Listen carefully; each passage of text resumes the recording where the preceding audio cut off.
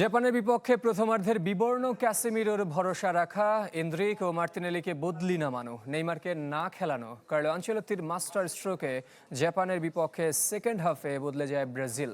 জয়ের পর উদযাপন না করেও আলোচনায় এই ইতালিয়ান ট্যাকটিশিয়ান। কোলগেট ম্যাক্স ফ্রেশে আছে আইসি কুলিং ক্রিস্টালস, যা দেয় ম্যাক্সিমাম ফ্রেশনেস সহ কোলগেট ম্যাক্স ফ্রেশ।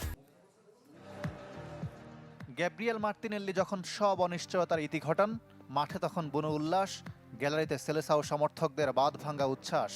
ব্যতিক্রম শুধু একজন, ডাগ আউটে নির্লিপ্ত কোচ কার্লো আনচেলত্তি। আবেগ তাকে ছুঁয়ে যায়নি। চ্যাম্পিয়ন হওয়াই যেখানে একমাত্র প্রত্যাশা, সেখানে রাউন্ড অফ 32 পেরিয়ে উদযাপনের কি আছে? তবে জাপান সত্যি ভয় ধরিয়েছিল ইতালিয়ান ট্যাকটিশিয়ানকে।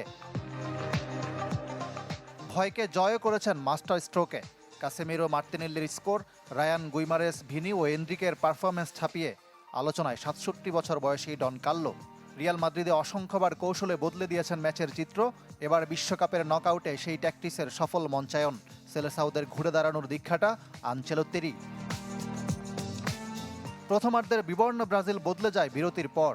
গোল হজম করা যার ভুলে, সেই কাসেমিরো ভাবছিলেন তাকে বুঝে তুলে নেবেন কোচ, কিন্তু আনচেলত্তি অন্যদের মতো ভাবেন না। লুকাস পাকেতাকে তুলে এনরিককে নামাতেই গতি ফেরে ব্রাজিলিয়ান শিবিরে, আর সেই কাসেমিরোর হেডেই সমতায় ফেরে সেলেসাওরা। অস্বস্তি বোধ করায় কাসেমিরোকে তুলে ওনে নির্ধারিত সময়ের একটু আগে। ক্যামেরার চোখে বারবার ধরা দিচ্ছিলেন নেইমার জুনিয়র, ওয়ার্ম আপ করছেন তো করছেন না, তাকে খেলাননি কার্লো।